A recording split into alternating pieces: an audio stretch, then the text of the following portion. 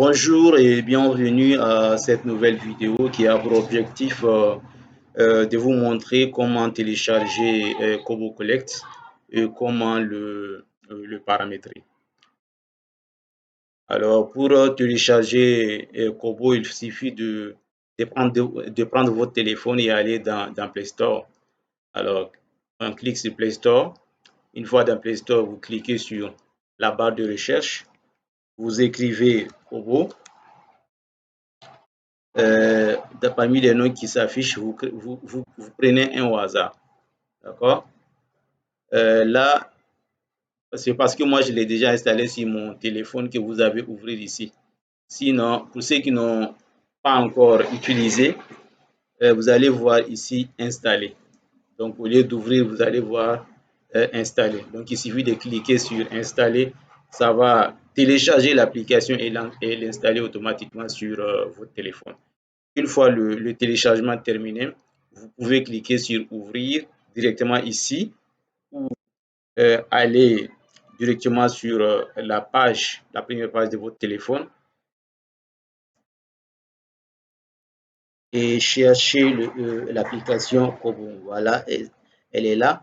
Donc, je clique sur Kobo Collect ici et ça m'affiche ça, la toute première page. Alors, pour le paramétrage, on utilise ces petites icônes. En fait, là, ça dépend des versions. Pour d'autres versions, au lieu de D, vous allez voir K. Pour d'autres versions, vous allez voir juste 3 points. Donc, ça dépend des versions. Alors là, dans notre version ici, on va cliquer sur D, sur la lettre D. Ça nous dit paramètres. Alors, on clique sur paramètres. Une fois cliqué sur paramètres, on va dans serveur. Dans serveur, là, pour le paramétrage, c'est vraiment tout. On a besoin de trois variables, URL, nom d'utilisateur et mot de passe.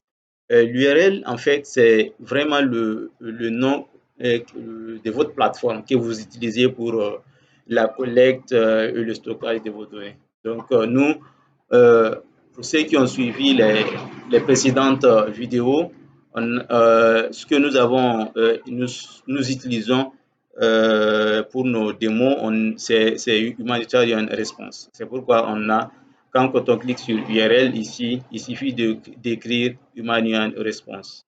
Et si vous utilisez autre chose que Humanitarian Response, vous supprimez tout ça jusqu'au niveau du point là. Donc, vous vous assurez qu'il y a https://kc. Et vous écrivez la plateforme que vous utilisez et vous cliquez sur OK.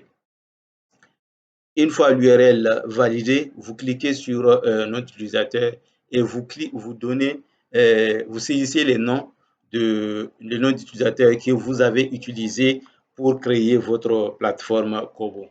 Là, nous avons utilisé Kobo Const pour créer notre plateforme. Donc, c'est pourquoi j'ai écrit ici Basic Consulting.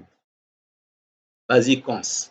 Alors, une fois le nom d'utilisateur saisi, on clique sur OK pour valider. Après cela, on va dans mot de passe. On saisit le mot de passe. Et une chose qu'il faut comprendre ici, c'est que il faut faire vraiment attention à ce que aux lettres, aux chiffres qu'on saisit. Si dans le mot de passe ou le nom d'utilisateur, vous utilisez des majuscules et que au moment du paramétrage, vous utilisez des minuscules, ça ne va pas marcher.